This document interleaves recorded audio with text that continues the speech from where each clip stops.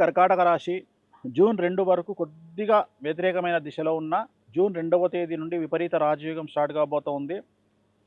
లగ్నంలోకి గురువు రాబోతా ఉన్నాడు. కర్కాటక రాశి వారికి విపరీత రాజయోగం ఉండబోతా ఉంది. ఈ సంవత్సరం మీకున్న సమస్యలు తడి ప్రదేశాలలో నడిచేటప్పుడు, మెట్లు ఎక్కేటప్పుడు, దిగేటప్పుడు, బాత్రూముల్లో ఉన్నప్పుడు జాగ్రత్తగా ఉండండి. వయసు మీద పడ్డవాళ్ళు జాగ్రత్తగా ఉండండి. కాళ్ళు, చేతులు విరిగేటువంటి అవకాశాలున్నాయి. తుంటి బొక్క విరిగేటువంటి అవకాశం ఉంది. ఇది మినహా మిగతాయన్నీ అనుకూలంగా ఉండబోతా ఉంది. చాలా చాలా చాలా అనుకూలంగా ఉండబోతా ఉంది. విద్యార్థులకు ఉత్తీర్ణత శాతము, విదేశీ వీసాలు, కోరుకున్నటువంటి యూనివర్సిటీలో ప్లేస్‌మెంట్స్, అవివాహితులకు వివాహ యోగ సూచనలు, సంతానం లేని వారికి సంతాన యోగము, రైతులకు 2 పంటల దిగుబడి రాబడి బాగుంటుంది. రాజకీయ నాయకులకు చాలా సంచలనాలు, పాజిటివ్ సంచలనాలు ఉండబోతా ఉన్నాయి. కళాకారులకు, క్రీడాకారులకు అనుకూలంగా ఉంటుంది. స్త్రీలకు అనుకూలంగా ఉండబోతా ఉంది. ఏ రంగం వారికైనా కాంట్రాక్టర్లకు, వ్యాపారస్తులకు అనుకూలంగా ఉండబోతా ఉంది.